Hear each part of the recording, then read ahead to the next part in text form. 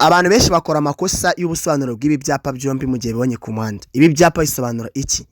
Nuvuga ngo abantu bakunda kuvuga kino cyapa ngo kivuga ngo ntiyanyurwa mu cyerekezo kimwe cyangwa se ngo umuhanda icyerekezo kimwe. No, ibi ni ibyapa byo ku muhanda bibuza. Those signs in traffic laws we call that prohibition road signs. Nuvuga ngo ibyapa bibuza birangwa n'ishusho y'uruziga ruzengurutswe n'umutuku mu buso bwera n'ikimenyetso cy'umukara.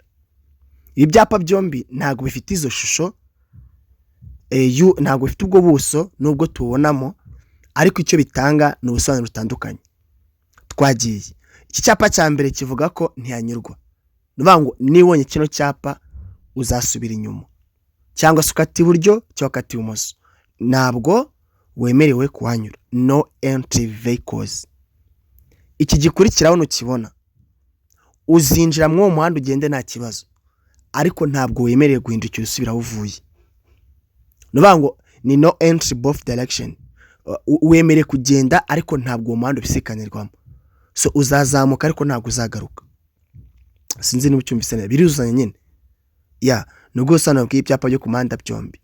Uba kimwe yiterwa ku ruhande rumwe, ikindi akayitera ku rundi, bakagaragaza ko nuramuka winjiye hano hantu utari bugaruke, kuko ugarutse waba ukoze icyapa kivuga ntiyanyurwa. Sinzi na musobanukiwe neza, wenda maza kumbwira se muri comment. So many people makes mistake of those signs. What is the difference between these signs? It's the same colors of prohibition road signs. So the first one, the signs, it means no entry.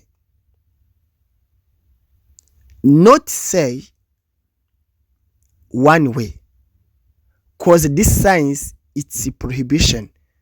That's why you should say no entry. You have to go back.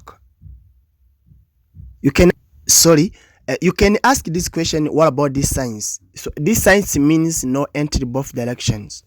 It means we will say if you go straight, you will not go back. It means go straight only. You can pass left, you can pass right, you can straight. But if you want to turn, if you want to U-turn, if you want to go back, you can't. It's prohibited. So those signs, I think you understand to everyone.